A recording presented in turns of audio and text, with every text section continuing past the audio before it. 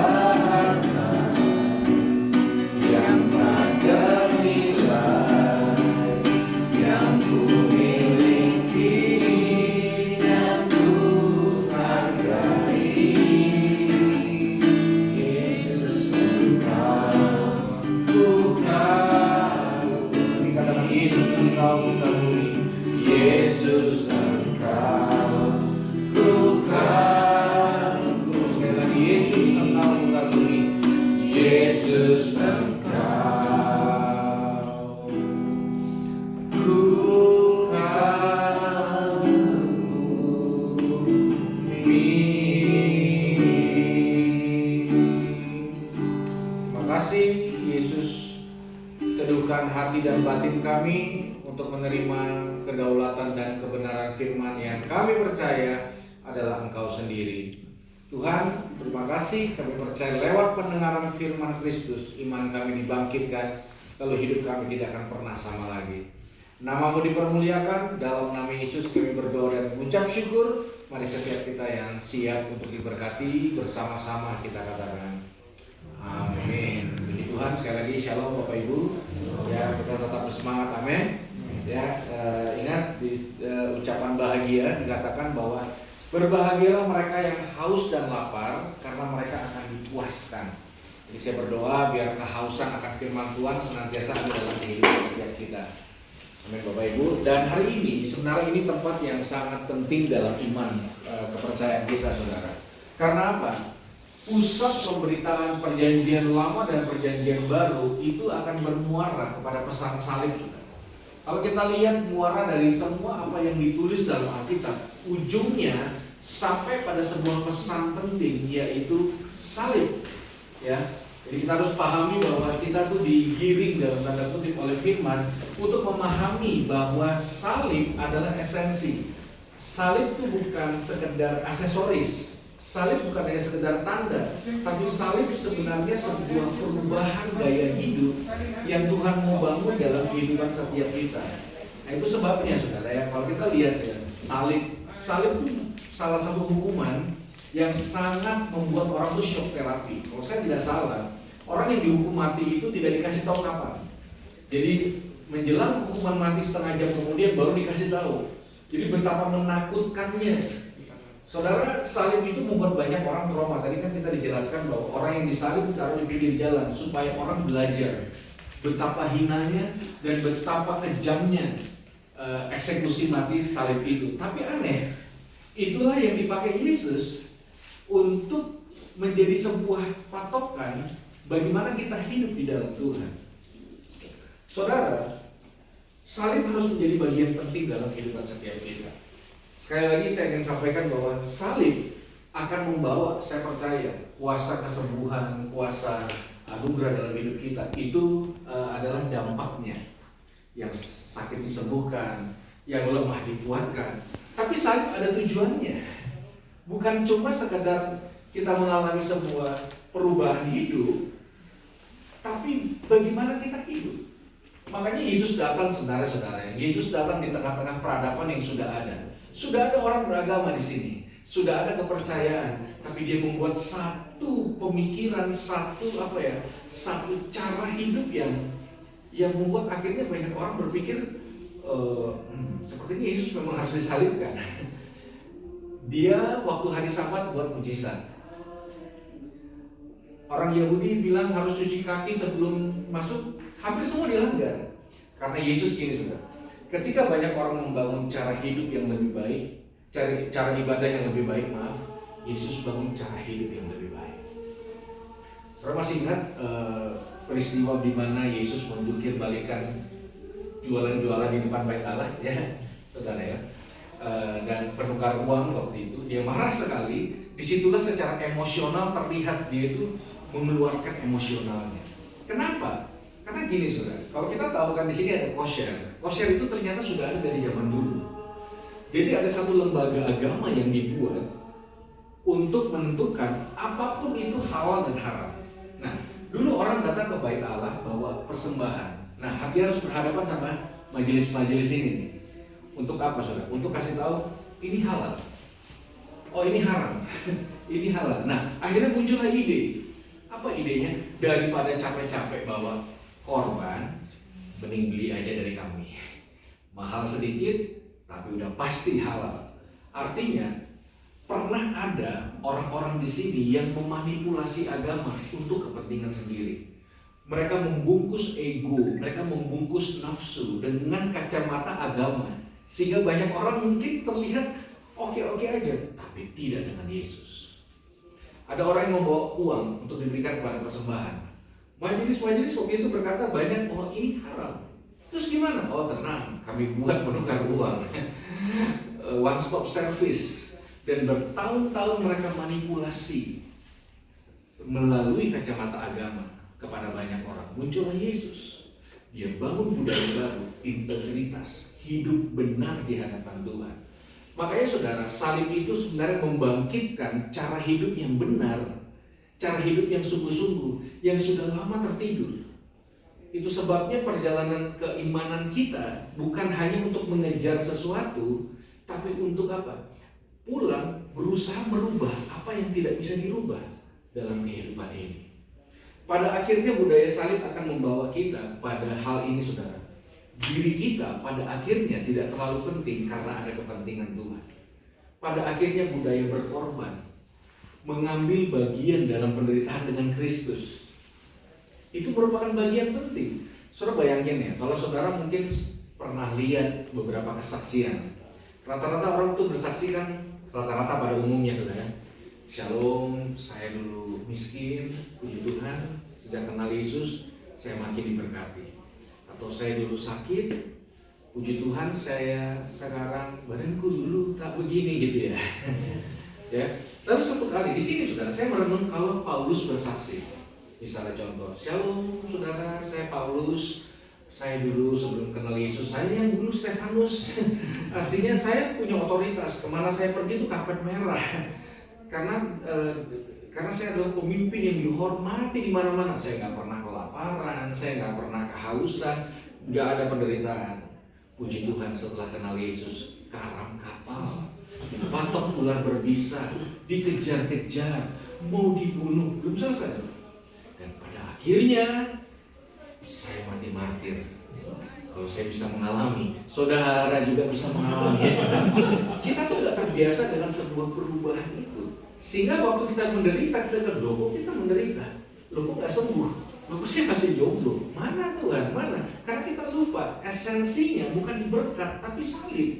Salib itu merubah paradigma, merubah arah dan tujuan. Saudara bayangin kalau Petrus bersaksi, saya dulu Petrus pengusaha ikan, saya punya banyak lelang ikan dan saya nggak pernah kelaparan. Tapi setelah kenal Yesus, puji Tuhan, dikejar-kejar dan disalib terbalik. Jadi akhirnya makanya saya ngerti banyak sekarang orang tuh ruang kesaksian dulunya ramai, sekarang tidak. Karena apa? Karena kadang-kadang kita pragmatis gitu. Nah, saya tidak menyampaikan, Bapak Ibu mohon maaf, teologi penderitaan, ayo kita menderita, makin menderita, makin rohani, tidak. Tapi kadang-kadang perjalanan iman membawa kita gini, saudara. Salib menunjukkan bahwa ada kepentingan yang lebih besar dari diri kita sendiri, dari perasaan kita sendiri. Dan itu adalah sebuah kehormatan.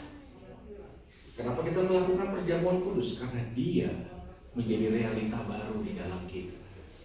Dia menjadi kenyataan baru di dalam kita. Tentulah orang yang berjalan sama Yesus mengalami begitu banyak hal. Dan saya percaya kita juga banyak mengalami kebaikan Tuhan. Dan beberapa saya ngobrol dengan saudara punya pengalaman iman yang luar biasa. Tapi dalam kesempatan kali ini saudara, dalam kesempatan kali ini di mana kita lihat perjalanan salib tadi, di mana kita lihat kubur kosong, surga tahu ada kepentingan selain surga itu penuh, yaitu mendapatkan cinta kita. Makanya saya yakin, andai kata hanya kita seorang di dunia ini, dia akan tetap naik ke atas kayu salib buat kita. Saudara, sekali lagi, kita yang berontak, dia yang dihukum. Kita yang bersalah, dia yang dijatuhi hukuman mati. Dia yang tanggung semuanya. Kita jalan aja ngos-ngosan, apalagi pikul salib. Nggak kebayang penderitaan dan bagaimana dia merasakan secara fisik tombak, mahkota duri. Karena dia tahu ada yang lebih penting dari diri dia bersemayam di surga dengan nyamannya. Nah, sebenarnya itu yang Tuhan mau coba sampaikan lewat pesan salib dalam kehidupan setiap kita. Saudara, Alkitab bercatat, Paulus bilang gini, salib itu adalah pesan kebodohan buat orang yang tidak percaya buat Tuhan. Tampar pipi kanan, kita butuh salib supaya apa? Kasih pipi kiri. Ini bukan mengenai untung rugi. Ini bukan mengenai perasaan siapa menang, siapa kalah. Ini bagaimana kita mengizinkan esensi dari kematian Kristus menjadi bagian dalam hidup kita. Makanya Alkitab berkata, saudara, berdoa buat orang yang menganiaya kamu. Berdoa buat orang yang menyakiti kamu. Artinya, saudara, kalau kita mempercayai salib bukan hanya aksesoris, maka harusnya kita mengizinkan firman mengubah arah hidup kita, mengubah arah tujuan kita nabung, mengubah cara kita beribadah, mengubah begitu banyak hal yang terjadi dalam kehidupan setiap kita. Dan ya di tempat inilah sebenarnya sangat representatif kita lihat jalan salib yang saudara, Tuhan tuh dia tunjukkan 3 kali dia jatuh. Artinya ada keletihan yang sangat capek. Itu sebabnya loh, saudara. Banyak orang bilang ini, ada orang yang bertobat. Kenapa? Karena orang yang bertobat sungguh-sungguh bilang, aduh saya diproses, ulang saya diproses. Jujur, terkadang memang lebih meletihkan. Mengampuni, sabar. Betul ya? Maka saudara ya, pernah ada satu drama Paskah di mana ya pada umumnya orang buat drama, ada Yesus, ada salib, lalu ada prajurit. Ya, ini bukan sambungan joke yang kemarin ya, tapi ini kisah nyata. Lalu prajurit itu, drama itu dibuat sedramatisir mungkin, pakai cambuk beneran, tapi dilapis dengan lapisan yang tebal, sehingga kalau dicambuk tuh gak sakit. Nah, mereka latihan terus sampai pada hari Paskah dramanya dimulai. Yesus muncul dengan salib besar, di belakang prajurit yang udah latihan nih. Tapi gak ada yang tahu ternyata lapisan dari cambuk itu mulai nipis dan mulai hilang gitu. Jadi udah benar-benar bahan yang sakit beneran. Cambuklah Yesus, sakit beneran. Lalu pemeran Yesus berusaha ngasih kode gitu. Dipikirnya kurang keras. Jadi putarannya ditambah, dihajar lagi terus. Alhasil apa? Pemeran Yesus banting itu salib. Lalu dia bilang, belum pernah lihat Tuhan Yesus marah kamu ya. Dan akhirnya jadi komedi gua. Nah, puji Tuhan Yesus nggak seperti itu. Lalu itu kita. Tapi nggak ada limit. Maka kalau saudara berpikir cinta Yesus nggak ada limit, kenapa? Karena salib. Salib yang menjadi sebuah patokan mulia gitu. Saya sering pakai salib, kita pakai aksesoris salib. Bayangkan, bapak anaknya dibunuh dengan cara disalib. Itu kan kayak seorang anak yang anaknya dilukai oleh seseorang menggunakan pisau, lalu pisaunya dijadikan kalung. Sebenarnya mungkin kayak gitu, tapi ada yang lebih penting dari rasa sakit. Bagaimana sebuah kontribusi hati dan cinta yang kita terima, yang kita tenggelam, dan akhirnya kita mulai alirkan kepada orang lain. Dan kita butuh teduh dan izinkan itu. Amin, Bapak Ibu Saudara. Ya, amin. Makanya waktu saya kenal Yesus, saya melihat warna yang lebih dari agama. Dia tidak hanya membawa ini boleh, ini enggak. Tapi dia membawa sebuah bagaimana hidup ini tahu ada kepentingan yang lebih besar dari dirinya. Artinya saudara, kayak gini contoh. Saya pernah melihat satu iklan rokok kayak gini. Laki-laki dan perempuan, lalu laki-lakinya terjerumus, mau jatuh di akar pohon, saudara, mau masuk jurang. Lalu muncul jin yang uangnya piro gitu kan. Lalu jin itu ke perempuannya dan bertanya, saya kasih kamu satu permintaan. Lalu perempuannya minta apa Bapak Ibu? Minta kurus. Orang kalau dapat kesempatan emas, minta sesuatu, cenderung tentulah untuk dirinya sendiri. Betul? Sulit banget gitu, orang lagi jomblo doain orang yang lagi jomblo juga. Kan gak ada orang lagi berdoa buat usahanya terus doain kompetitornya. Tuhan, aku berdoa untuk kompetitorku, berkati kompetitorku biar makin berhasil. Gak ada. Hanya budaya salib yang memampukan orang-orang berbuat seperti itu. Makanya ketika kita melakukan perjamuan kudus, buka hati kita, izinkan realitas salib menjadi satu dalam hidup kita. Darahnya, tubuhnya, pengorbanannya. Amin. Saudara, saya tutup dengan satu kesaksian. Saya udah pernah cerita yang kita di Kana. Saya ini tipe orang yang sulit banget dijangkau dulu. Jadi orang kalau jangkau saya itu pasti pusing. Beberapa pendeta yang datang ke rumah saya dulu, itu saya umpetin sepatunya saudara. Biar kapok, gak datang lagi. Aduh, makanya beberapa orang bilang, udahlah daripada kita semua ini rusak gara-gara satu orang, ini satu orang kita suruh duduk di luar aja. Kurang lebih begitu saudara. Sulit. Orang mau coba doa dari ancam semua, saya ini sulit dibawa kenal Tuhan, sulit. Nah, waktu saya bertaubat awal-awal, ada satu kakak rohani saya, namanya Leman. Ya. Leman itu bukan orang terkenal, dia punya latar belakang kayak saya, seorang bandar narkoba. Saya coba, tadi saya ketemu fotonya baru belakangan ini Leman bukan. Nah, Leman ini yang ngajarin saya, ini lo doa, ini lo baca Alkitab. Tiap malam dia ajak saya berdoa, dan dia punya satu pokok doa, yaitu doain bandarnya di Roxy. Itu sering banget dia doa sampai saya bosen. Dulu saya hafal. Saya bilang, ngapain sih didoain terus? Terus dia doa. Dia punya hati untuk melayani orang-orang kayak saya. Nah, satu kali orang tuanya hubungin saya, bilang, ya Leman nggak pulang. Loh, dia kan penjaga menara doa, tenang aja, Leman tuh pasti di gereja. Lalu 5 hari kami cari di gereja, saudara, tidak ketemu. Semuanya kita nggak ketemu. Mulai deg-degan. Nah, orang kayak saya latar belakang dulu, kalau hilang itu biasanya nyarinya terakhirnya di mana? Di rumah sakit, di kamar jenazah. Jadi kalau saya kabur dari rumah, papa saya tuh tiap malam bukain kantong dalam nama Yesus bukan anak saya. Itu realitanya. Jadi satu kali kami mikir, masa kita harus ke sana sih? Karena sudah berapa hari nggak ketemu, pergilah saya ke sana. Begitu masuk kamar jenazah rumah sakit Cipto, saya temukan topi biru kesayangan Leman. Dia di sana terbujur kaku dengan posisi seperti ini. Ternyata dia pergi nyinggirin bandarnya di Roxy. Lalu petugas kepolisian bilang dia direjek dari belakang, disuntikan narkoba di 2 pelipis kanan dan kirinya. Di sebelah jenazahnya ada Alkitab terbuka. Dan Kapolsek setempat meminta izin ambil Alkitabnya dan bertobat sungguh-sungguh. Artinya gini, saudara lihat saya bisa kayak gini karena ada orang, saya juga bingung, nggak keberatan kehilangan nyawanya, nggak keberatan. Harusnya dia berdiri hari ini. Kalau Leman masih hidup, mungkin mukanya ada di Instastory, tapi saya nggak tahu apa yang ada dalam pikiran dan hatinya. Dia rasa kayak layak menukar apa yang dia punya untuk orang yang kayak saya ini, yang orang lihat juga udah males gitu. Saya pernah retret 3 hari, lalu dipulangin juga. Pertama saya dibilang kayak Paulus keras kepala, kedua saya dibilang kayak Yunus, ketiga saya dibilang kayak Yudas Iskariot. Saya dipulangin 3 hari, hari kedua saya dipulangin. Orang nolak saya, dia berani ambil tanggung jawab rohani.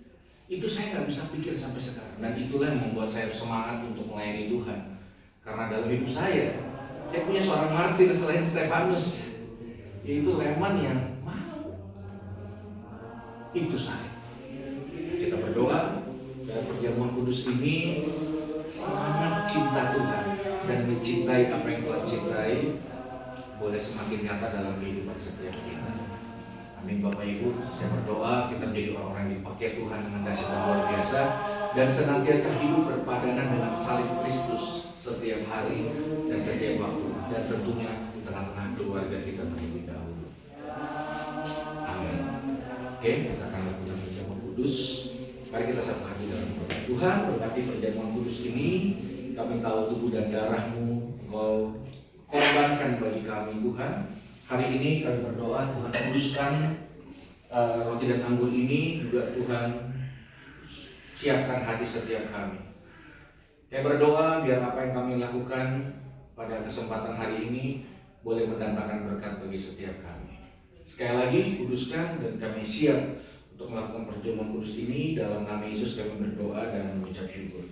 Mari setiap kita yang siap sama-sama kita katakan amin. Oke, saudara.